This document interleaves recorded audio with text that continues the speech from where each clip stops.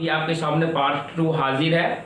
इसमें मैं आप लोगों को बताने जा रहा हूं कि BCCLE के फॉर्म को हम लोग कितने स्टेप में कहां से शुरू करेंगे और कहां पे जाके ख़त्म करेंगे, तो हम ये समझेंगे कि हमारा फॉर्म जो है कि पूरे अच्छे तरीके से भरा गया है। ठीक है, तो इसके लिए हमें छोटी छोटी जानकारी की आवश्यकताएं होती है, तो वो छोटी छोटी जानकारी हम जो है कि आपको इस वीडियो में बिल्कुल क्लियर करने का कोशिश करेंगे। अगर फिर भी कोई डाउट रहते हैं तो आप बेहिचक कमेंट कीजिए, मैं उस कमेंट को पढ़ूंगा और जवाब देने का प्रयास जरूर करूंगा। ठीक है, तो चलिए सबसे पहले हम बातें करेंगे BCCLE 2022 के बारे में, जो कि कैसे बच्चे भर सकते हैं, कौन कौन इस फॉर्म को भर सकते हैं। तो वैसे बच्चे जो डिप्लोमा पास आउट है, क्या है डिप्लोमा यानी कि पॉलिटेक्निक कर रखे हैं, उनका पॉलिटेक्निक क्लियर हो गया है, या वैसे बच्चे जो डिप्लोमा एपेयरिंग में है यानी कि 6 सेमेस्टर में अभी हैं, जो जून में होने वाले एग्जाम में क्या होने वाले एपेयर होने वाले हैं, वैसे बच्चे इसको क्या करेंगे फिलअप करेंगे। ठीक है,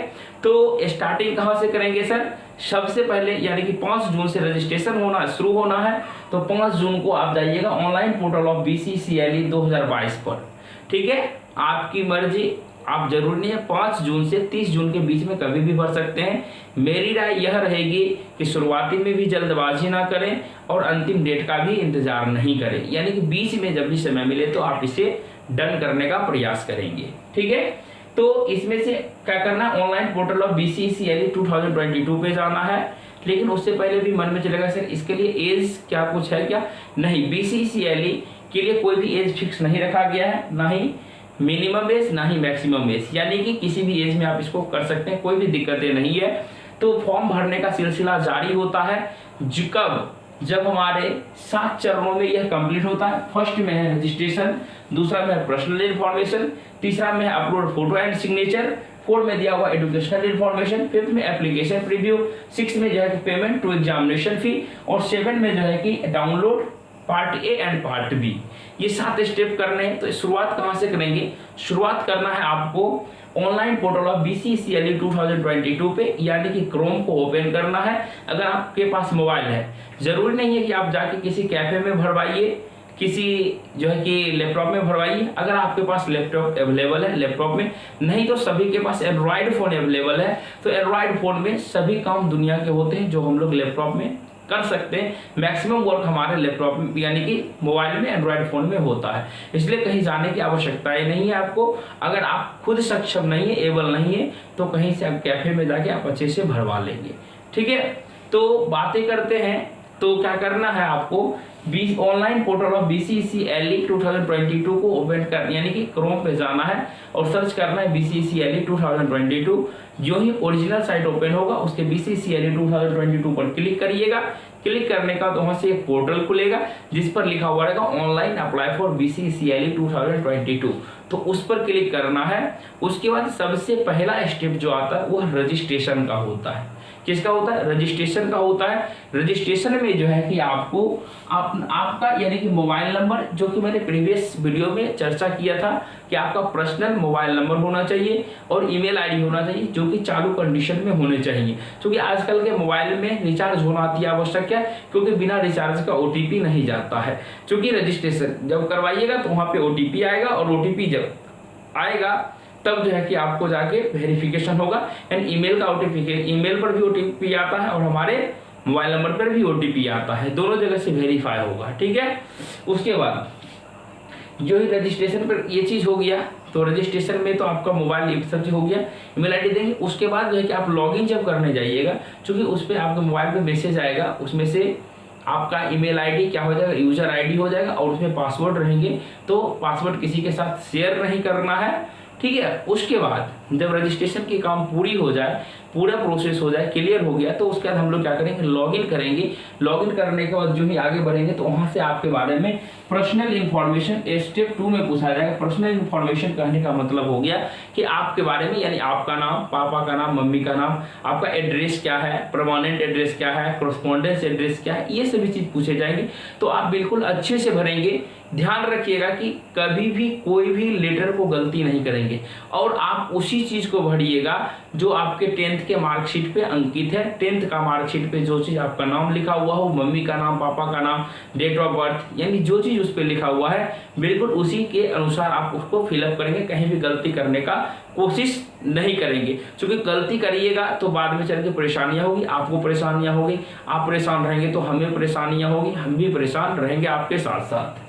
ठीक है, उसके बाद देखिए जो ही आप पर्सनल इन्फॉर्मेशन दीजिएगा तो उसके बाद नेक्स्ट स्टेप जो खुलेगा फोटो और सिग्नेचर का। ठीक है, जबकि फोटो के बारे में मैंने पिछले वीडियो में चर्चा किया था कि आपको फोटो रंगीन फोटो होना चाहिए, रंगीन के साथ साथ जो है कि उस पर आपका नाम लिखा हुआ होना चाहिए और जिस दिन आप फोटो खिंचवाइएगा उसका डेट लिखा हुआ होना चाहिए। ठीक है, सिग्नेचर यानी कि सिग्नेचर आपको हिंदी और इंग्लिश दोनों में जो है कि आपको करके रख लेने हैं, जिसमें कि फोटो का साइज देखिएगा कि मैक्सिमम यानी कि 50 KB के अंदर में लेता है और सिग्नेचर हमारा 20 KB के अंदर में होना चाहिए। स्कैन करके उसको अपलोड करेंगे, फोटो खींच के नहीं, उसको स्कैन करेंगे, स्कैन करने के बाद अपलोड करेंगे। ठीक है, उसके बाद जब हमारा ये फोटो और सिग्नेचर अपलोड हो जाए अच्छे तरीके से, उसके बाद स्टेप 4 में जो है कि हमारा क्या एजुकेशनल इन्फॉर्मेशन मांगेगा। यानी कि एजुकेशनल इन्फॉर्मेशन मतलब हो गया कि आपने 10th कहाँ से किया है, 10th किस स्कूल से किए हैं, स्कूल का नाम पूछेगा, बोर्ड का नाम मतलब कि यूनिवर्सिटी पूछेगा कि कौन से बोर्ड से किए हैं, किस साल पास किए हैं, आपका कितना परसेंटेज था, ये पूछेंगे। तो एजुकेशनल क्वालिफिकेशन अच्छे तरीके से पूरा फिल कर लेना है, देख लीजिएगा अच्छे से कि क्या क्या आपका है, उस तरह से भर दीजिएगा। ठीक है, उसके बाद जब एजुकेशनल इन्फॉर्मेशन दीजिएगा तो स्टेप 5 में आएगा एप्लीकेशन प्रीव्यू। यानी कि आपका सभी चीज पर्सनल डाटा ले लिया, फोटो सिग्नेचर अपलोड हो गया, एजुकेशनल क्वालिफिकेशन के बारे में जान गया, तो अब क्या करेगा, आपके फॉर्म को दिखाएगा कि आपने क्या क्या भरा है, क्या आपका सही है या गलतियां हैं।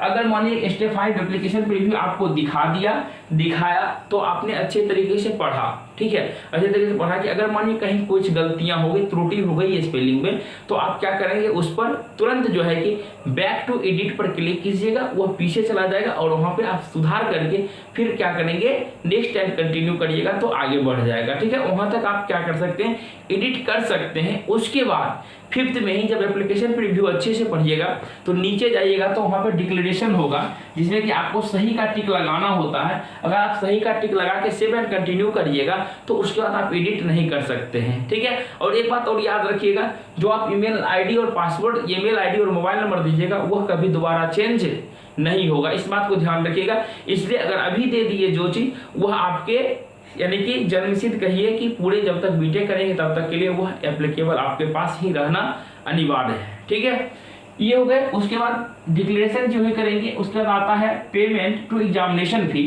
यानी कि sir payment to examination fee, अगर मानिए बाय द वे अगर हम मानिए यहाँ पर भी सर गलती से टिक कर लिए और सभी चीज पूरा फॉर्म को डन कर लिए, तो इसके लिए आपको स्पेशल 4 जुलाई और 5 जुलाई दिया गया है जिसमें आप एडिट कर सकते हैं, कोई दिक्कत नहीं है। लेकिन हाँ, उसमें जो एडिट जो होगा, आपका कोई इन्फॉर्मेशन हो गया, ठीक है, फोटो और सिर्फ सिग्नेचर ही एडिट हो सकता है और कुछ नहीं हो सकता है। ठीक है, इसलिए गलतियां नहीं करेंगे। नेक्स्ट जब ये चीज हो गया तो अब पेमेंट टू एग्जामिनेशन फी, यानी कि ये जो है कि बहुत ही इंपॉर्टेंट है, अच्छे से फी को कटाना है। ठीक है, क्योंकि शुरुआती में इसलिए नहीं बोले भरने के लिए, क्योंकि सर्वर शुरुआती में क्या होता है, इतने अच्छे तरीके से वर्क नहीं करता और लास्ट में क्या होता है, सर्वर बिजी हो जाता है कि लोग सोचते हैं अब भरेंगे और बिजी हो जाता है। इसलिए क्या करेंगे, ना ही शुरू में ना ही अंत में, मिडिल में भरेंगे ताकि सर्वर अच्छे से वर्क करे और आपका पेमेंट फंसे नहीं। ठीक है, पेमेंट करने का 2 तरीका है, एक पेमेंट करने का ऑफलाइन तरीका है जो कि हम लोग बैंक में जाके चालान के माध्यम से करते हैं, दूसरा हम लोगों का है ऑनलाइन पेमेंट करने का सुविधा। ठीक है, तो आजकल मैक्सिमम बच्चे जो है ऑनलाइन ही पेमेंट करते हैं, वो भी अपने यूपीआई आईडी से। अगर आपकी इच्छा हो तो आप नेट बैंकिंग है, क्रेडिट कार्ड है, डेबिट कार्ड है, तो आप किसी से भी पेमेंट कर सकते हैं। ठीक है, अगर ऑफलाइन तो क्या चालान नहीं जाता कोई कराने के लिए, अगर आपको चालान से करने की इच्छा है तो आप चालान से भी कर सकते हैं, बैंक में जाके होता है, कोई दिक्कत नहीं है। लेकिन आप कोशिश कीजिएगा कि ऑनलाइन पेमेंट कर लें। और देखिए पेमेंट जब कीजिएगा तो बिल्कुल अच्छी तरीके से सभी चीज सोच समझ के कीजिएगा, क्योंकि एक बार पेमेंट अगर आप वहां से कटा देते हैं, पेमेंट आपका सक्सेसफुल हो जाता है, तो वह पेमेंट जो है कि किसी भी हर हाल में रिफंड नहीं होगी। लेकिन अगर पेमेंट करने के दरमियान किसी बच्चे का पेमेंट फंस जाता है तो उनका जो है कि 24 घंटे या 48 घंटे, 1 सप्ताह के बाद जो है कि उनका पेमेंट जो है कि रिफंड कर दिया जाता है। लेकिन वह फॉर्म भरने के 48 घंटे तक वेट करते हैं। वेट करने के बाद अगर पैसा आया तो ठीक है, नहीं तो फिर से पेमेंट उनको करना पड़ता है और वो पैसा रिफंड बाद में हो जाता है। इसलिए इसको ध्यान रखिएगा, क्योंकि पिछले बार भी बहुत बच्चे के साथ ये हुआ था, तो मैंने बात की थी बोर्ड से और सभी चीज़ का सॉल्यूशन हो गया था। और लास्ट में जब आप पेमेंट डन करेंगे तो उसके बाद सामने में आपका सबसे फाइनल आ जाएगा भरा के टोटल चीज़, वहाँ से क्या आ जाएगा पार्ट ए, यानी कि स्टेप 7 में पार्ट ए और पार्ट बी कहेगा क्या करने के लिए, आपको डाउनलोड करने के लिए। तो पार्ट ए और पार्ट बी को जो है कि आप क्या करेंगे, सिर्फ डाउनलोड करके मोबाइल में नहीं छोड़ेंगे, मेरी बात मानिएगा। सिर्फ क्या करेंगे, पार्ट ए और पार्ट बी को डाउनलोड करके मोबाइल में नहीं छोड़ना, उसके क्या करना, सेव करके अच्छे से, अगर आपके पास पेन ड्राइव वगैरह हो तो कहीं एक सेव फाइल में सेव करके रख दीजिए, या मोबाइल में ही अलग से BCCLE 2022 का फोल्डर बनाइएगा, उसमें सेव करके रख लीजिएगा। और दुकान जाके समय निकाल के पार्ट ए और पार्ट बी को प्रिंट करके रख लीजिएगा, चूंकि यह आपके भविष्य में काम आएंगे। यानी कि BCCLE का जब तक, यानी कि अगर मानिए आप एग्जाम दिए, आपका रिजल्ट हो गया, सब चीज हो गया, तो वहाँ पे काउंसलिंग के समय में काम आएगा ही आएगा, ठीक है। ये भविष्य के लिए हो गया। तो और बच्चे के मन में चलेगा कि सर जब यहाँ तक डन हो गया मेरा, तो पार्ट ए और पार्ट बी को क्या बोर्ड भी भेजना है क्या? आपको कहीं कुछ नहीं भेजना है, वह उसको निकाल के प्रिंट करके आपको अपने पास रख लेने हैं। तब आप समझ जाइएगा कि मेरा अच्छे तरीके से फॉर्म मेरा भरा चुका है। यानी कि 5 जून के बाद जो है कि आप ये चीज कर सकते हैं। अगर फिर भी अभी इस पूरा वीडियो देखने के बाद फिर भी डाउट है तो वो हमें कमेंट कीजिए, किस तरह यहाँ पे डाउट है, तो उनके डाउट को फिर से क्लियर करने का कोशिश करूंगा। तो मिलते हैं नेक्स्ट वीडियो में, लेकिन जाने से पहले फिर से मैं एक बार बोलूंगा, याद दिलाऊंगा कि आपको कि जाते जाते आप लोग अपने सब्सक्राइब बटन जो लाल है उसको जो है कि लाल मत रहने दीजिए, उस पर क्लिक कीजिए और जल्दी से बेल आइकन को भी साथ में ऑन कर लीजिएगा, क्योंकि काफ़ी इन्फॉर्मेटिव वीडियो हम आपको लेके आते रहेंगे। अभी तो सिर्फ फॉर्म के बारे में बताए हैं, उसके बाद हम बताएंगे कि आपको पढ़ना किस तरीके से है, रैंक किस तरीके से अच्छे से आएगा और आपको टॉप कॉलेज कैसे मिलेंगे, किस कॉलेज में कितना सीट है, इस सभी चीज़ के बारे में भी जानकारी देंगे। तो मिलते हैं नेक्स्ट वीडियो में, तब तक के लिए जय हिंद, जय भारत।